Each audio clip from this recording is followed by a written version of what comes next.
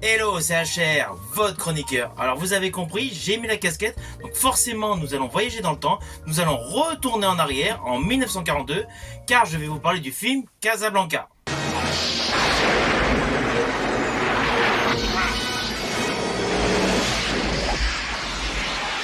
Alors sachez que ce film est sorti en 1942, durant la Seconde Guerre mondiale.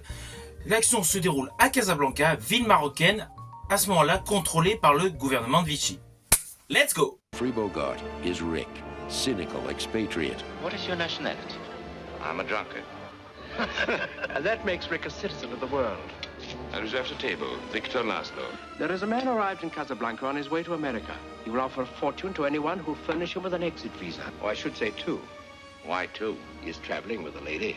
We'll take one. I think not. I've seen the lady. Ingrid Bergman is Ilsa. Thought I would never see you again. That you are out of my life. Are you ready, Ilsa? I don't know what's right any longer. You have to think for both of us. For all of us. All on read. I love you very much, my dear.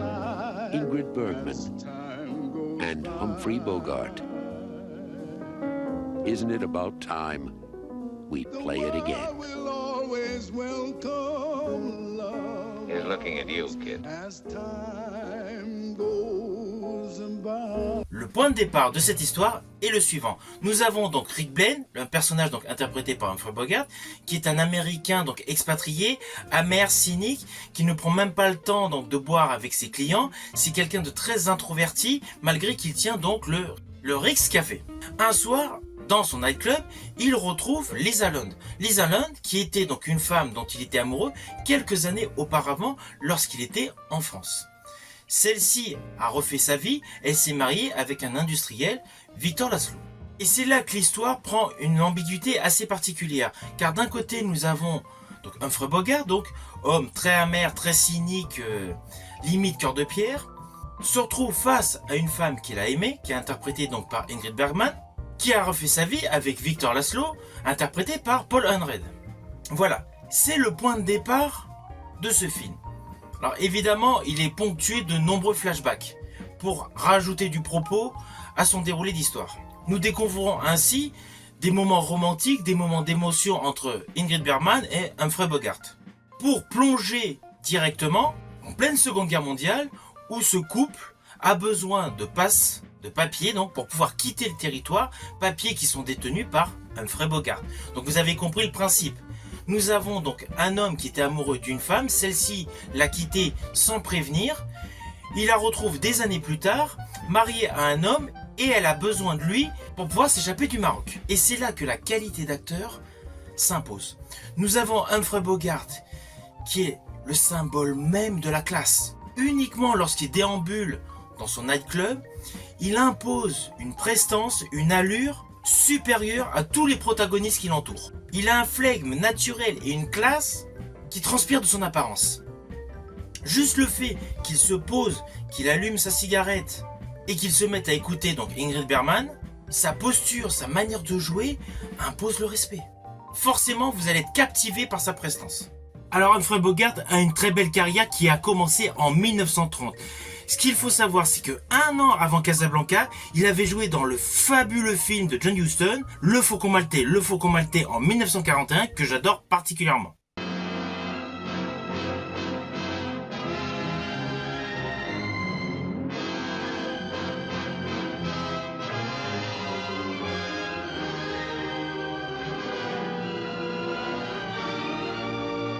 Alors il y a un autre film avec Humphrey Bogart que j'adore particulièrement, mais il est sorti des années plus tard, c'est-à-dire en 1948.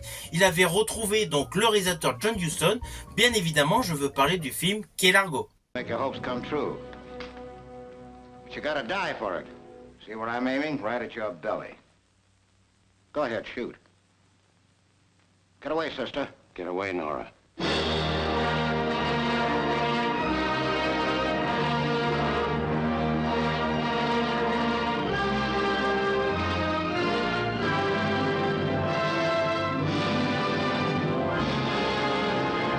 À ses côtés, nous avons Ingrid Bergman. Ingrid Bergman qui a une très belle carrière qui a débuté en 1932, mais moi je l'ai particulièrement aimé pour son interprétation dans le film sorti un an avant Casablanca. Je veux parler de Dr. Jekyll et Mr. Hyde, réalisé par Victor Fleming, avec bien évidemment Spencer Tracy.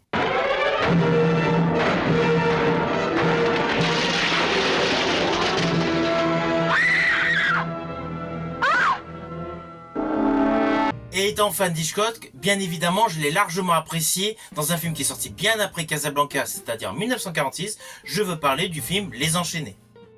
Et dans le rôle du mari d'Ingrid Bergman, c'est-à-dire du personnage Victor Laszlo, nous avons donc Paul Henreid.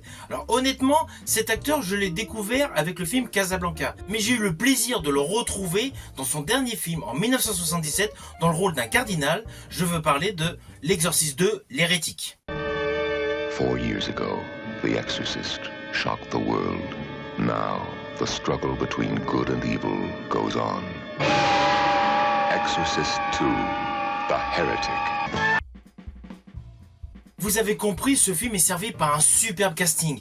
Et honnêtement, le couple Ingrid Bergman-Humphrey Bogart est un couple qui fonctionne à merveille. Il y a une réelle alchimie entre ces deux acteurs. À cela s'ajoutent des lignes de dialogue parfaitement écrites. Alors oui, comme il y a des flashbacks, nous avons différents arcs narratifs. Il y a d'un côté la relation sentimentale Humphrey Bogart, Ingrid Bergman, et après il y a le ressenti d'Humphrey Bogart face à la nouvelle vie donc d'Ingrid Bergman avec Paul Henreid. C'est un fait. À cela s'ajoute l'ambiance des souks, l'ambiance des flics corrompus, l'ambiance bien évidemment de la Seconde Guerre mondiale qui est parfaitement maîtrisée.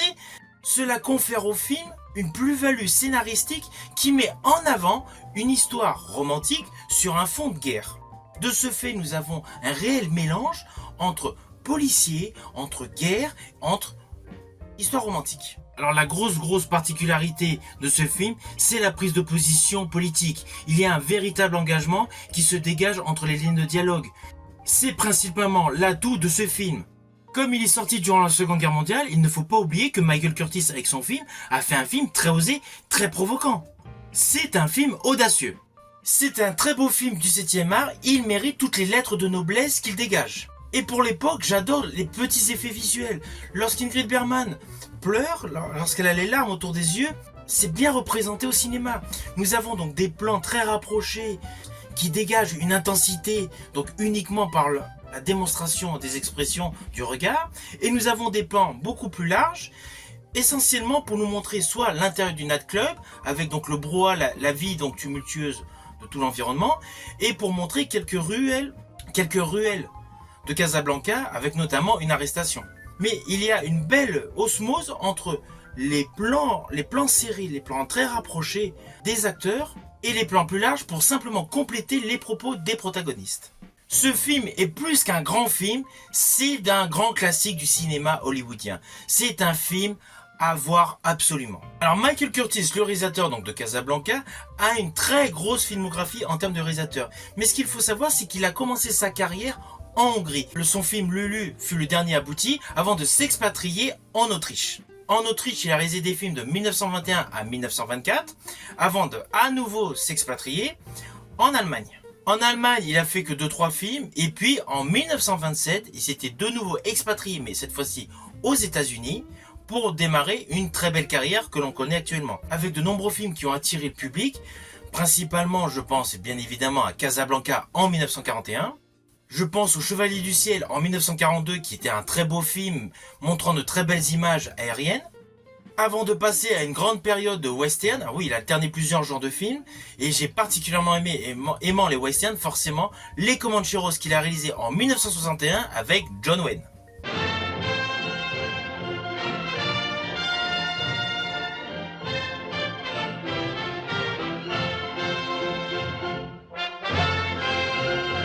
De ce fait, le talent de Michael Curtis avec la réalisation de son film Casablanca en 1941 a largement été donc confirmé avec la suite des projets hollywoodiens qu'il a réalisés.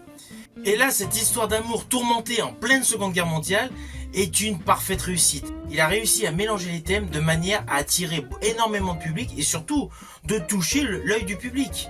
On ne peut pas rester insensible après avoir vu le film Casablanca. Casablanca est un réel chef-d'œuvre du cinéma américain.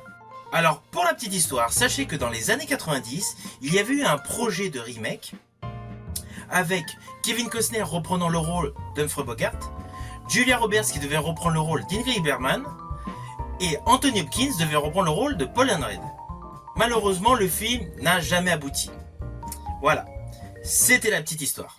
Dooley Wilson, You must remember this. Sidney Greenstreet, Kiss is just Peter Lorre, a sign. Claude Rains, This gun is pointed right at your heart. That is my least vulnerable spot. The Paul Henreid, I love you very much, my dear. Ingrid Bergman, time goes and Humphrey Bogart. Isn't it about time we play it I again? will always welcome love He's looking at you, kid. as time goes by. Alors au final, je vous invite bien évidemment à découvrir ce chef-d'œuvre du 7e art. Vous pouvez le trouver en VOD, vous pouvez également le trouver en support physique via les DVD ou les Blu-ray. Que vous soyez cinéphile ou pas, c'est un film que je vous conseille grandement. C'est un très beau film à voir avec une distribution impériale. Ce film reste selon moi un des plus grands films de l'histoire du cinéma américain. Alors si vous avez aimé ma chronique, n'hésitez pas à la liker et à la partager. En ce qui me concerne, je vous dis à bientôt pour une prochaine chronique.